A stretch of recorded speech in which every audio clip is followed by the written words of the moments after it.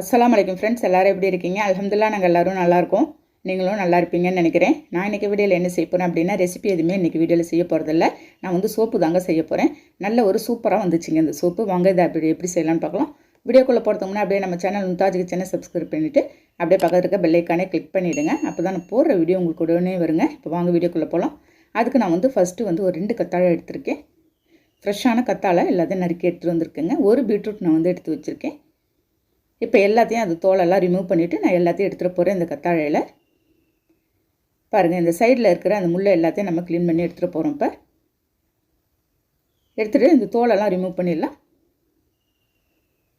பாருங்கள், கத்தாழை இருக்கிற தோலை எல்லாத்தையும் நான் வந்து ரிமூவ் பண்ணி எடுத்துட்றேங்க. அந்த சைடில் இருக்க முள்ளெல்லாம் எடுத்துகிட்டு ஒரு ஸ்பூனால் அந்த ஜெல்லை வந்து நான் வந்து எடுத்துகிட்டு போகிறேன். இப்போ நான் வந்து 2 கத்தாழை போட்டிருக்கேன். உங்கள்கிட்ட நீங்கள் 1 வச்சு கூட நீங்கள் செய்யலாம். பாருங்கள், எல்லாத்தையும் கட் பண்ணி எடுத்துகிட்டேன். அதில் தோலை எல்லாத்தையும் கட் பண்ணிடலாம். இதை எடுத்து நான் ஒரு மிக்ஸி ஜாரில் இப்போ வந்து போட்டுற போகிறேங்க. நல்ல ஒரு சூப்பராக இருந்துச்சுங்க. ஷைனிங்காகவும் இருந்துச்சு, அதே சமயம் நல்லா கூலிங்காக இருந்துச்சு ஃபேஸ்க்கு. பீட்ரூட்டையும் தோலெல்லாம் ரிமூவ் பண்ணி எடுத்துகிட்டு எல்லாத்தையும் சின்ன சின்னதாக கட் பண்ணி அதையும் மிக்ஸி ஜாரில் நான் வந்து இப்போ சேர்த்துட போகிறேன். 2 சேர்த்துட்டு நம்ம தண்ணி எதுவுமே ஆட் பண்ணக்கூடாது. இதில் அப்படியே எடுத்து அரைச்சிட்டு வந்துடுங்க. ஜெல்லில் இருக்க தண்ணியும் உங்களுக்கு போதும். பாருங்கள், நான் தண்ணி எதுவுமே கொஞ்சம் கூட கலக்காத தான் எல்லாத்தையும் அரைச்சி நைஸாக எடுத்துகிட்டு வந்திருக்கேன். ஒரு பவுலில் நம்ம வந்து ஃபில்டர் பண்ணிக்கலாம். நீங்கள் இதில் எந்த ஒரு இன்க்ரீடியன்ட்ஸ் போட்டு வேணாலும் செய்யலாங்க. வேறு எதாவது கேரட் கூட போட்டு நீங்கள் செய்யலாம். பாருங்கள், எல்லாத்தையும் ஃபில்டர் பண்ணி எடுத்துட்றேன். ஓகே, இது அப்படியே இருக்கட்டும். அதில் வந்து இப்போ வந்து பாதாம் ஆயில் 1 ஸ்பூன் நான் வந்து ஆட் பண்ண போகிறேங்க. நம்ம ஆயில் சேர்த்து செய்யும்போது உங்களுக்கு ஷைனிங்காகவும் இருக்கும். சேர்த்துட்டு விட்டமின் இ கேப்சூல் வந்து நான் வந்து எடுத்து வச்சுருக்கேன் ஒன்று. அதையும் எடுத்து கட் பண்ணி போட்டுடலாம் நம்ம. இந்த கேப்சூல் போடும்போது உங்களுக்கு நல்ல ஷைனிங்காக இருக்கும். ஓகே, எல்லாத்தையும் நான் அதில் பிழிஞ்சு ஊற்றிட்டு எல்லாத்தையும் மிக்ஸ் பண்ணி விட்டுடலாம் ஒரு ஸ்பூனால். பாருங்கள் எந்த அளவுக்கு இருக்குன்னு.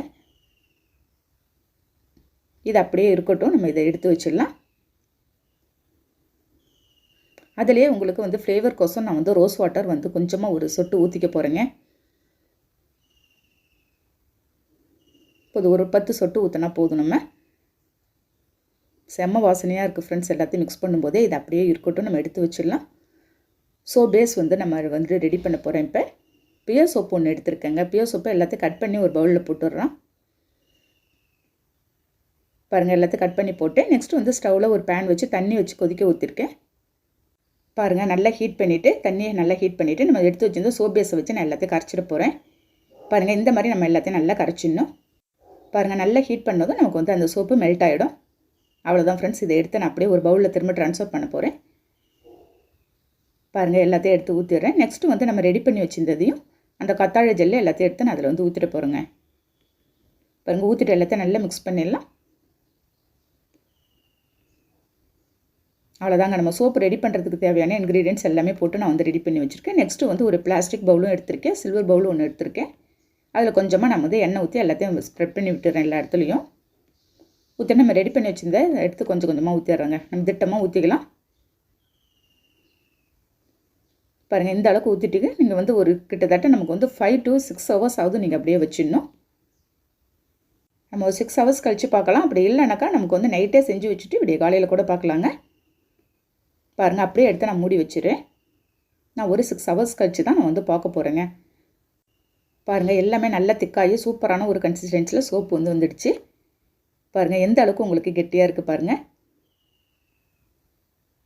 நல்லா செட் ஆகிடுச்சு ஃப்ரெண்ட்ஸ். அந்த பவுலில் ரெண்டுமே நல்லா செட் ஆகிருக்கு. இப்போ எடுத்து ஒரு பிளேட்டில் வந்து நான் வந்து ட்ரான்ஸ்ஃபர் பண்ணிடுறேன். இப்போ